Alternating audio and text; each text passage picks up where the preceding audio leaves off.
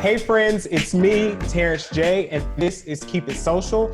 And I know you're probably wondering where Paris is, but we're doing something special called Keep It Social One-on-Ones, right? And lucky for us, we have the Director of Policy for Black and Pink Boston, Michael Cox, here to talk with us about policing in America and so many other topics that just seem to keep bubbling up. Hey, Michael, how are you?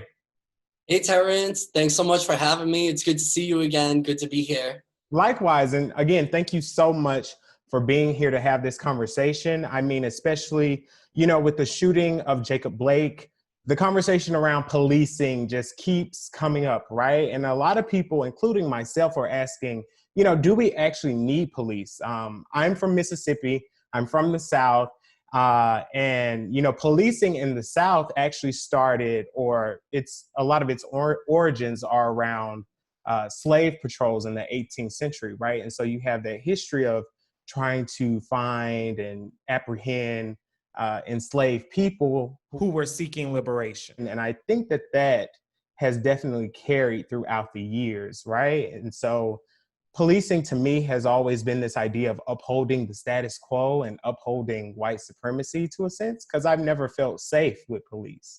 So for you and your perspective, like, do you think we need police? Because I'm unsure of what the right answer is at this point. Yeah, I think a lot of people are struggling with that question right now with the George Floyd uprising, and the question of policing keeps coming up, whether it's about defunding the police or offsetting some of their responsibilities onto community-based orgs. And so I'm right there with you. I've never been made to feel safe by police. And I think that we can restructure the way society runs and kind of offload some of those responsibilities from the police. Only between 1% and 10% of police calls are for emergencies. Right. So those things that we would imagine police do all day, every day. But that's a myth. They don't really do that. Right. And so I think that for all those 90% calls, we could start there, right? Like, so what other community supports could we have rather than calling the police? Right. Whether it's social workers or community-based people, maybe right on your block, maybe an emergency worker to come over and help you settle a situation. Right. And see, I also, did my own research and found similar numbers, right? Especially in large cities like Sacramento, Baltimore. I think people automatically assume that police are out saving citizens from murder, stopping bullets, all of these kinds of things every single hour of the day. And that's just not the case, right? So how do you wrap your mind around knowing those numbers and then having people still want to have police in that have that same influence? Yeah, it's hard. It's hard to have those conversations, right? Because we are so indoctrinated into what you just described, right? And then we have things on the media, SVU, right? Who doesn't love a good SVU? But those shows condition us to think that these things are happening all the time, and that our world would just fall apart if we didn't have them. And so most of my conversations are not about numbers with people. They're more about untangling these myths and the emotions and the myths around them. Right. And so the numbers that you just shared were great. It's a great jumping off point. And then we have to go deeper than that and let people know that there are other alternatives and that most policing engagements aren't about crime prevention, and starting to unpack that and unpack what safety really means. What do we really need to be safe in our communities? Is it police or is it something else? Do we wish we had more resources in our communities? Right.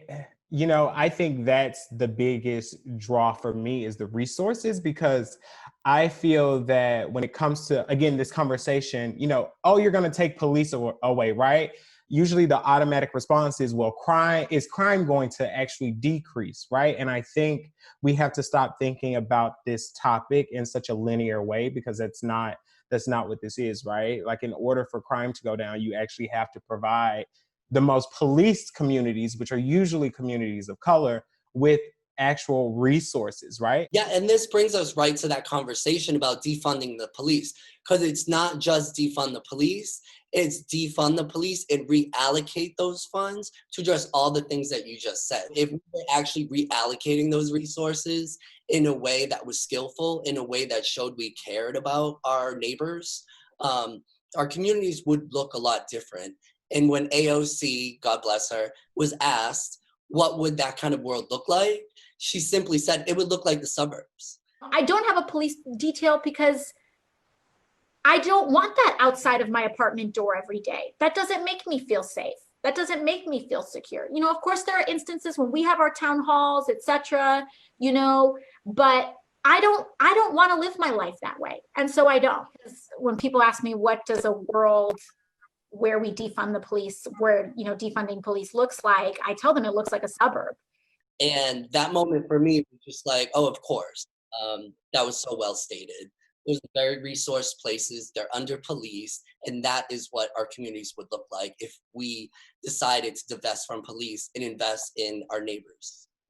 You know, Michael, I just had that light bulb moment as well. You know, like if we provided those resources to the communities that actually needed them the most, it would basically just be, you know, the suburbs.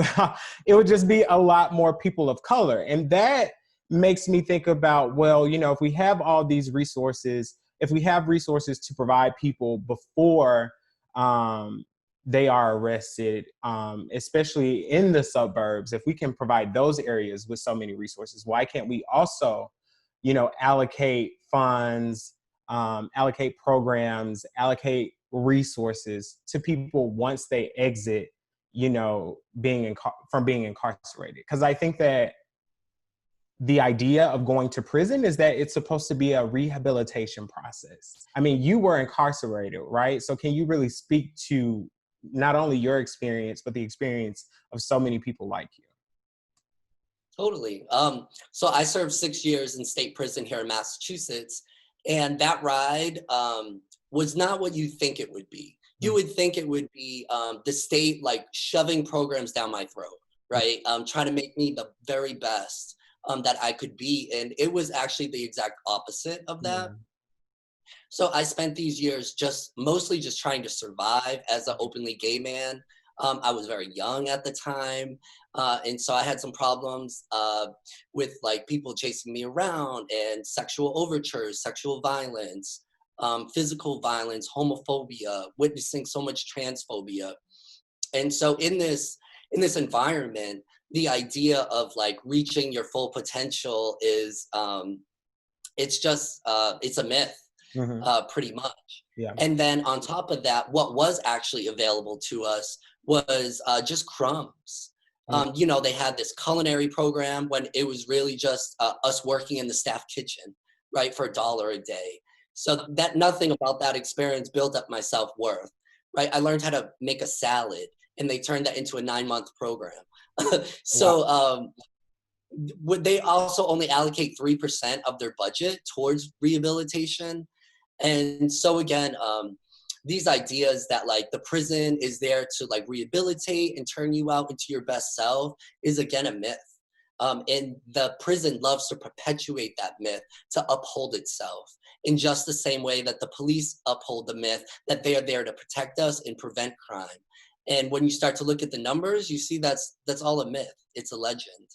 And I'm so inspired by all of the work the community is doing right now to really punch holes in those myths. I do want to get your opinion on something that I've been tussling with. With all of the police brutality that's been happening, right? At the same time, on one hand, people are asking that we arrest cops. You know, we send cops to jail, we arrest cops, right? Especially, you know, surrounding Breonna Taylor, right? Arrest cops, arrest cops, arrest cops. However, on the other hand, we're saying abolish prisons, you know, defund the police.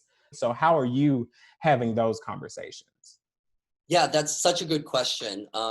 So on the one hand, we have what's called like reformists, people who just want to see a system that is equally applied, one that would want to see police prosecuted in just the same way as anyone else in the community. And so that we don't have a two-tiered criminal legal system, one for the powerful and one for everyday folks. Right. But on the other hand, we have folks who call for the complete abolishment of prisons or defunding the police. And so those are people who hold out a political vision that's a little bit further out along the horizon than just reforming what we have right now. We want to see these systems completely transformed. And we have a deep acknowledgement that these systems cannot provide the justice, they cannot provide the healing that we would seek as people who maybe had a loved one taken from us, like a Breonna Taylor.